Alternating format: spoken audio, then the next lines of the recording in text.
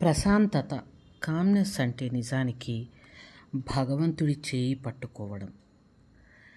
ఎంత ఈదురుగాలులు వీచినా మన సోల్ అటు ఇటు కొట్టుకుపోకుండా ఉండి ఒక స్థిరంగా నిలపగలిగేది భగవంతుడి ఆశీస్సులు మాత్రమే. ఒక మహాత్ముడు ఇలా అన్నాడు, నా చుట్టూ చీకటి ఉన్నప్పుడు నేను భగవంతుడి చేయి పట్టుకోగానే ఆ చీకటంతా మాయమైపోయింది అని. అంటే దాని అర్థం ఏంటి? మనలో ఎన్ని రకాల డార్క్నెసెస్, అంటే చీకటి అంటే ఫిజికల్ చీకటే కాదు, మనకి సిక్నెస్ ఉంది, అనారోగ్యం ఉంది, లేకపోతే రిలేషన్షిప్ ప్రాబ్లమ్స్ ఉన్నాయి, లేకపోతే ఎమోషనల్ ప్రాబ్లమ్స్ ఉన్నాయి, ఫైనాన్షియల్ ప్రాబ్లమ్స్ ఉన్నాయి, రకరకాల సమస్యలు ఉండొచ్చు. కానీ ఆ సమస్యలన్నిటి నుండి మనం తట్టుకుని నిలబడగలిగే శక్తిని, ఆ ప్రశాంతతని ఇచ్చేది భగవంతుడితో కనెక్షన్. ఎప్పుడైతే భగవంతుడితో కనెక్షన్ని మనం స్ట్రెంగ్తెన్ చేసుకుంటామో అప్పుడు మనలో ప్రశాంతత వస్తుంది. ప్రశాంతత వస్తుంది అంటే ఏంటి? నిశ్చలత ఎందుకు కావాలి అంటే అప్పుడు మనము పరిస్థితులని సరిగ్గా అర్థం చేసుకోగలుగుతాం, కరెక్ట్ డెసిషన్స్ తీసుకోగలుగుతాము, కరెక్ట్ యాక్షన్స్ తీసుకోగలుగుతాము. సో కామ్నెస్ అనేది అస్సలు కదలని నీళ్ళు, లేకపోతే అంతా బాగున్న ఎన్విరాన్మెంట్లో మనకి రాదు. ఇది మనం గుర్తుంచుకోవాలి.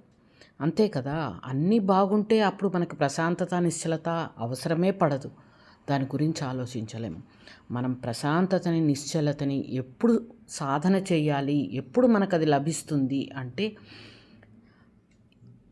సముద్రంలాగా ఎప్పుడు కొట్టుకుంటూ ఉన్న ప్రాబ్లమ్స్లోనో, లేకపోతే కొండల మీద లైట్నింగ్, పిడుగులు, ఉరుములు పడుతున్నప్పుడు, చుట్టూ హడావిడిగా ఉన్నప్పుడు ఆ టైంలో మనం నిశ్చలత్వం సాధన చేయాలి, ప్రశాంతత రావాలి.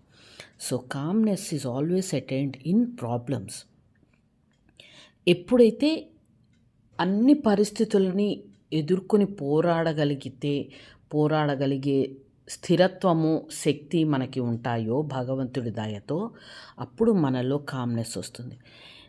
మనలో కామ్నెస్ పెరిగినప్పుడు, ఆ ప్రశాంతత పెరిగినప్పుడు, నిశ్చలత పెరిగినప్పుడు మ్యాగ్నెటిజం కూడా పెరుగుతుంది. అంటే మనలోని నిశ్చలత మన చుట్టూ ఉన్న వాళ్ళని మన పట్ల అట్రాక్ట్ అయ్యేలాగా చేస్తుంది. అంటే ప్రాబ్లమ్స్లో ఉన్నవాళ్ళు మన దగ్గరికి వస్తే వాళ్ళల్లో మనం ప్రశాంతత నిలపగలుగుతాం. ఒక్కసారి గమనించండి, మీలో ఎంతో కొంత నిశ్చలత ఉంటే ఆటోమేటిక్గా ప్రాబ్లమ్స్తో మీకు మీ ఫ్రెండ్స్ కానీ, స్నేహితులు కానీ, చుట్టాలు కానీ ఎవరో వచ్చి ప్రాబ్లమ్స్ చెప్పుకోవడము, ప్రశాంతంగా ఉంది అని అనుకోవడం గమనించారా? అంటే మీరు ఎంతో కొంత నిశ్చలత సాధించారు. సో ఈ ప్రశాంతత ఎప్పుడైతే మనలో పెరుగుతుందో మనలోని వీక్నెసెస్ ఏంటి అనేది మనకి క్లియర్గా తెలుస్తాయి. మనం ఎక్కడ ఇంప్రూవ్ చేసుకోవాలి అనేది క్లారిటీ వస్తుంది. అదేవిధంగా ఎవరైనా ప్రాబ్లమ్స్తో వస్తే కూడా వాళ్ళల్లో వాళ్ళ బలహీనతలు ఏంటి, అవి వాళ్ళని ఎక్కిరించడానికి కాదు, వాళ్ళు ఎలా సార్ట్అవుట్ చేసుకుని వాళ్ళు స్ట్రెంగ్తెన్ అవుతారు అని కరెక్ట్ సలహా ఇవ్వగలుగుతాం. నెగిటివ్ ఎమోషన్స్ని, నెగిటివ్ థాట్స్ని ఈజీగా తీసేసుకోవాలి అంటే మనలో ఆ నిశ్చలత ఉండాలి. నిశ్చలత ఉన్నప్పుడు సమస్యలు రావని కాదు, సమస్యలు వస్తాయి, ప్రాబ్లమ్స్ అందరికీ ఉంటాయి. ఆ ప్రాబ్లమ్స్కి మనం వెంటనే రియాక్ట్ అవ్వము, ఆలోచించి రిఫ్లెక్ట్ అవుతాం. అంటే వెంటనే రియాక్ట్ అయితే చాలాసార్లు తప్పుగా కూడా జరగచ్చు, లేకపోతే అవతల వాళ్ళు తప్పుగా అర్థం చేసుకోవచ్చు. కాస్త సమయం తీసుకుని ఈ పరిస్థితి ఇలా ఎందుకు వచ్చింది అని ఆలోచించగలిగే శక్తినిచ్చేది మనలోని నిశ్చలత, ప్రశాంతత. ఒకసారి ఆలోచించండి. మనం ఎప్పుడైతే భగవంతుడిని నమ్ముకుంటామో అప్పుడు ఆటోమేటిక్గా మనకు ఆ స్ట్రెంగ్త్ యాంకర్ లాగా ఉంటుంది. యాంకర్ లాగా ఉన్నప్పుడు మనం అటు ఇటు కొట్టుకుపోకుండా స్థిరంగా ఉండగలుగుతాము, పరిస్థితులను అర్థం చేసుకోగలుగుతాము. అందుకని సాధారణంగా మనం ఏం చేస్తాము, ఏదైనా ప్రాబ్లం వస్తే అప్పుడే ఇంకా భగవంతుడి మీద కోపం వస్తుంది, లేకపోతే గురువు మీద కోపం వస్తుంది.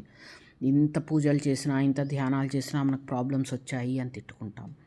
అలా కాకుండా ప్రాబ్లం వచ్చినప్పుడు మాత్రమే భగవంతుని తలుచుకోవడం కాదు, లేకపోతే ధ్యానం చేయడం కాదు.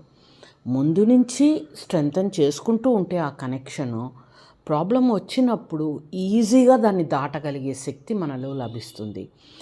ఈజీగా ఆ పరిస్థితిని అర్థం చేసుకుని, అనలైజ్ చేసుకుని, సాల్వ్ చేసుకునే కెపాసిటీ మనలో లభిస్తుంది. అందుకని ప్రతి ఒక్కరిలో స్పిరిచువల్ ఆస్పిరెంట్ అవ్వచ్చు, అవ్వకపోవచ్చు, కానీ ప్రతి ఒక్కరిలో ఈ కామ్నెస్ డెవలప్ చేసుకోవడం చాలా చాలా అవసరం.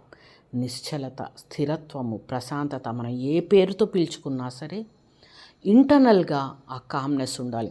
మన చుట్టూ ఎవరు సైలెంట్గా ఉండరు. శబ్దం లేకుండా ఉంటే నేను కామ్గా ఉంటాను, చుట్టుపక్కల ఎవరు మాట్లాడకపోతే, టీవీ పెట్టుకోకపోతే అప్పుడు నేను కామ్గా ఉంటాను అనడం తప్పు. లేకపోతే అందరూ మంచిగా మాట్లాడుతూ చక్కటి రిలేషన్షిప్స్లో ఉన్నప్పుడే కామ్గా ఉంటాను అనుకోవడం తప్పు. చుట్టూ సుడిగుండాల్లాగా తిరుగుతున్నా సరే లోపల మనం కామ్గా ఉండాలి, ఇంటర్నల్గా కామ్గా ఉండాలి. దానికోసం ఇంతకుముందు వీడియోలో మనం చెప్పుకున్నట్లు ఆ 4 పిల్లర్స్ని ప్రాక్టీస్ చేస్తూ ఉంటే మనకి ఆ కామ్నెస్ని అచీవ్ చేయడానికి వీలవుతుంది. మీలో ఎంతమంది ఇవి ఎక్స్పీరియన్స్ చేశారో షేర్ చేసుకోండి. Thank you. నమస్తే.